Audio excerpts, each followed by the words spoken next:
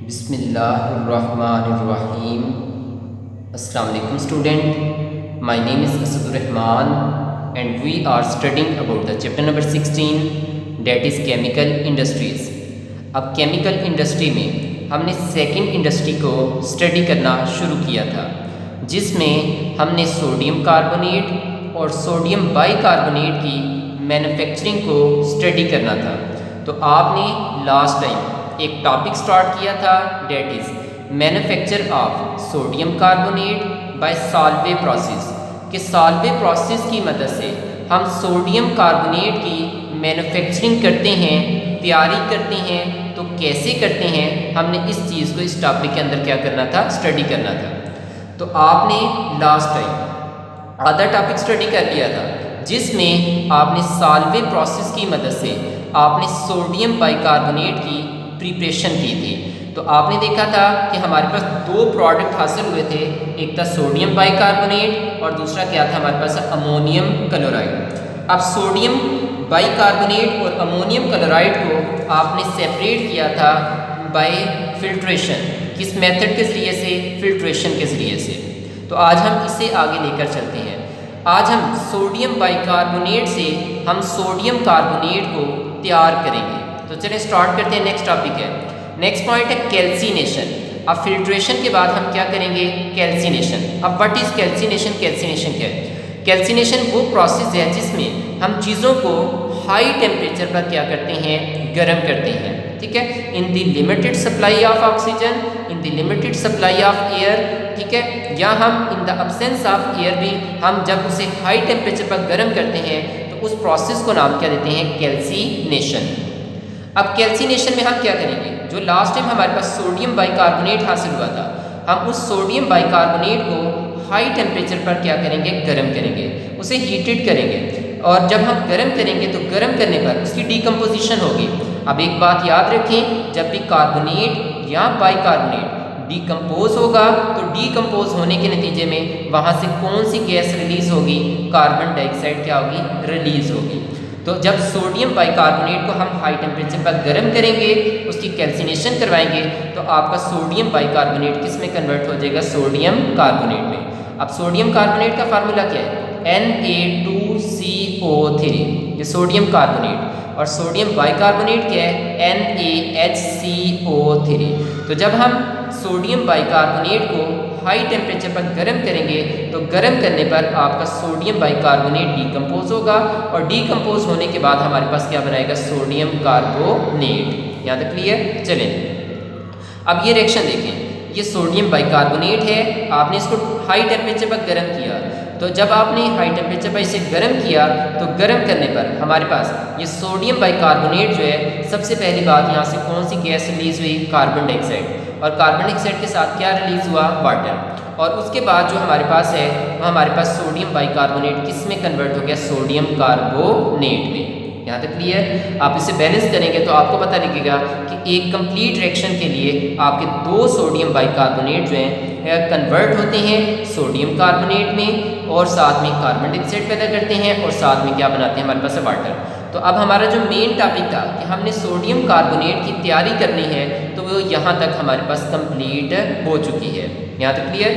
अब ये जो कार्बन डाइऑक्साइड बने हैं, हम इसे ज़ाया नहीं होने देंगे, बल्कि इसे दोबारा से क्या करेंगे, इस्तेमाल करेंगे। दोबारा से हम क्या करेंगे, नए प्रोसेस के लिए इस्तेमाल करेंगे, जो हमने स्टार्ट पे क्या की थी, इस्तेमाल की थी।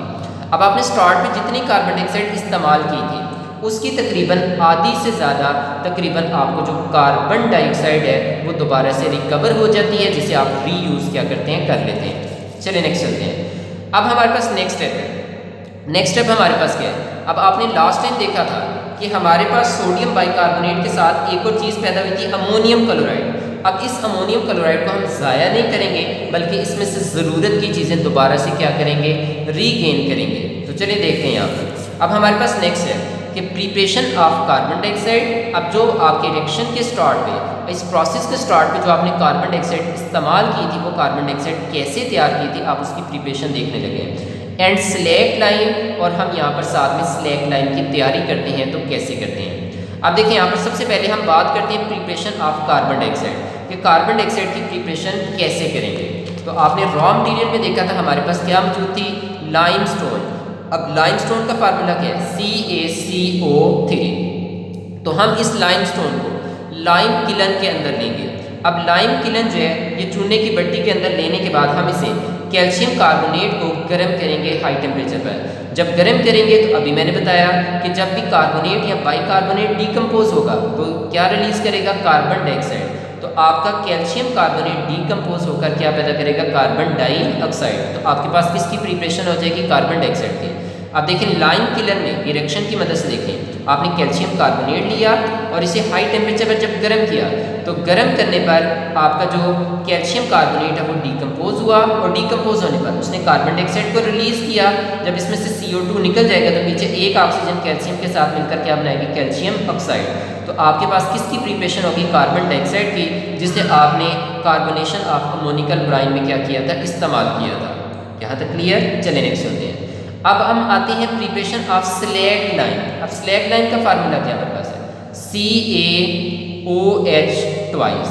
अब इस कैल्शियम हाइड्रोक्साइड या स्लैग लाइम की हम तैयारी करते हैं तो कैसे करते हैं? अभी ये जो हमारे पास कैल्शियम ऑक्साइड बना था हम इसे क्या करेंगे? पानी के साथ रेक करवाएंगे और रेक करने पर हमारे पास कैल्शियम ऑक्साइड पानी के साथ रेक करने पर क्या बनाएगा? Slagged lime. तो स्लैग लाइम जो है ये हम कैसे तैयार करते हैं? जो हमारे पास कैल्शियम ऑक्साइड बना है इसे पानी के साथ रेक करवाएंगे। जब पानी के साथ रेक करेगा तो ये क्या बनाएगा? कैल्शियम हाइड्रोक्साइड, जिसे हम क्या नाम दे रहे हैं? Slagged lime. तो हमारे पास स्लैग लाइम की क्या होगी? प्रिपरेशन होगी। यहाँ तक क्लियर? अब ये आपके ज़हन में आता है कार्बन डाइऑक्साइड तो आपको पता है कि हमने स्टार्ट पे इस्तेमाल करनी है।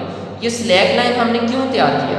ताकि ये जो हमारे पास अमोनियम क्लोराइड बना था ये ज़ाया ना हो, बल्कि इसमें से हम अमोनिया को दोबारा से रिकवर करें जो हमने स्टार्ट पे क्या की थी? इस्तेमाल की थी, ताकि अमोनियम क्लोराइड ज़ाया ना हो। अब देखिए यहाँ पर तो फिर हमारे पास पॉइंट नंबर 6 क्या है? Ammonia recovery tower. Last step में हम अमोनिया को रिकवर करेंगे। जो हमारे पास एक्स्ट्रा अमोनिया अभी उसके अंदर मौजूद है हम उसको दोबारा से क्या करेंगे? रिकवर करेंगे। कैसे? अब देखिए हम एक अमोनिया रिकवरी टावर लेंगे, ले लिया। उसके बाद इस अमोनिया रिकवरी टावर के अंदर हम क्या करेंगे? लाइम किलर में से हम क्या लेंगे? स्लैग लाइम जो हमने तैयार की है उसको इसके अंदर क्या करेंगे? डालेंगे। तो पहली बात होगी कि स्लैग लाइम को हमने अमोनिया रिकवरी टावर के अंदर क्या किया? डाला। अब अमोनियम क्लोराइड जो है वो किस टावर के अंदर तैयार हुआ था? Carbonating tower. तो कार्बोनेटिंग टावर से इस अमोनियम क्लोराइड को इस अमोनिया रिकवरी टावर के अंदर क्या करेंगे? डालेंगे। अब इन दोनों चीज़ों को मिलाकर हम क्या करेंगे? गर्म करेंगे। तो जब हम गर्म करेंगे तो क्या होगा? अब गर्म करने पर आपका अमोनियम क्लोराइड टूट जाएगा, आपका कैल्शियम हाइड्रोक्साइड क्या करेगा? टूट जाएगा। और अमोनियम जो है वो हाइड्रोजन को प्रोटॉन को रिलीज करेगा, हाइड्रोजन आयन को रिलीज करेगा और कन्वर्ट हो जाएगा अमोनियम में। ठीक है। और हमारे पास साथ में ये कैल्शियम क्लोरीन के सारे करके क्या बनाएगा? Calcium chloride. और साथ में हमारे पास जो H है वो इस OH के साथ मिलकर क्या बनाएगा? वाटर। तो आपके पास बना अमोनिया, कैल्शियम क्लोराइड और साथ में क्या हमारे पास है? वाटर। अब ये जो अमोनिया बनी है ये जो बनी है हमने इसको जो स्टार्ट पे इस्तेमाल की तो उसको दोबारा से रिकवर कर लिया। अब इसे दोबारा से हम क्या करेंगे? नए प्रोसेस के लिए क्या करेंगे? इस्तेमाल करेंगे। देखिए हमने रिएक्शन के स्टार्ट पे अमोनिया का क्या किया था? इस्तेमाल किया था। अब आपने स्टार्ट में जितनी अमोनिया इस्तेमाल की होती है तकरीबन जितनी इस्तेमाल की होती है वो सारी की सारी रिकवर होती है। सिर्फ थोड़ा सा आपका अमोनिया का क्या होता है? वहाँ पर इस्तेमाल होता है, थोड़ी सी अमोनिया आपकी क्या होती है? यूज होती है। बाकी सारी की सारी हम क्या कर लेते हैं? रिकवर कर लेते हैं। आप रिएक्शन को बैलेंस करेंगे तो आप देख सकते हैं कि 2 अमोनियम क्लोराइड एक कैल्शियम हाइड्रोक्साइड के साथ रिएक्ट करता है तो रिएक्ट करके हमारे पास 2 अमोनिया बनाता है। यह साथ में हमारे पास कैल्शियम क्लोराइड बनाता है और साथ में क्या बनाता है? हमारे पास 2 वाटर बनाता है। अब ये वाटर भी दोबारा से रीयूज हो जाएगा, अमोनिया भी रीयूज हो जाएगी। तो हमारे पास सिर्फ और सिर्फ साल्वे प्रोसेस के दौरान सिर्फ एक बेस पैदा होगा, डेट इज कैल्शियम क्लोराइड। अब इस कैल्शियम क्लोराइड को हम एक्सट्रैक्ट कर लेंगे, निकाल लेंगे और इससे और किसी प्रोसेस के लिए क्या करेंगे? इस्तेमाल करेंगे। यहाँ तक क्लियर? तो यहाँ तक आपका क्या हो गया? आपका टॉपिक कंप्लीट हो गया। आपने देखा कि हम सॉल्वे प्रोसेस की मदद से हम बेकिंग सोडा यानी सोडियम बाइकार्बोनेट उसकी तैयारी कैसे करते हैं वो लास्ट लेक्चर में आप स्टडी कर चुके थे।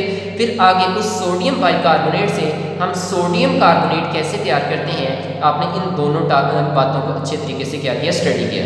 और लास्ट स्टेप में आपने देखा कि जो हमारे पास एक्स्ट्रा चीज़ें बनी थी हम उसे ज़ाया नहीं होने देंगे, बल्कि उसमें से ज़रूरत की चीज़ें हम क्या करेंगे, रिकवर करेंगे, ताकि हम इन्हें क्या करें, रीयूज़ क्या कर सकें नए प्रोसेस के लिए। ठीक है, तो चलें देखें। अब आप देख सकते हैं आज आपने जो टॉपिक पढ़े हैं उसमें आपने कैल्सिनेशन देखा, आपने देखा प्रिपरेशन ऑफ कार्बन डाइऑक्साइड जो कल हमने इस्तेमाल की थी वो कैसे हुई थी, फिर आगे स्लैक लाइम की तैयारी कैसे हुई वो हमने देखा। ये स्लैक लाइम हमने इसलिए इस्तेमाल किया ताकि जो अमोनियम क्लोराइड बना था उसमें से अमोनिया को रिकवर कर सकें, तो फिर आपने लास्ट स्टेप देखा अमोनिया रिकवरी टावर। तो ये आपके 3 पॉइंट हो गए, तो यहाँ तक आप अच्छे तरीके से देख लें, अगर किसी चीज़ की नहीं समझ आई तो पूछ लें। अब नेक्स्ट टाइम आपको ये मुकम्मल जो है ये अच्छे तरीके से सॉल्वे प्रोसेस क्या होना चाहिए, तैयार होना चाहिए।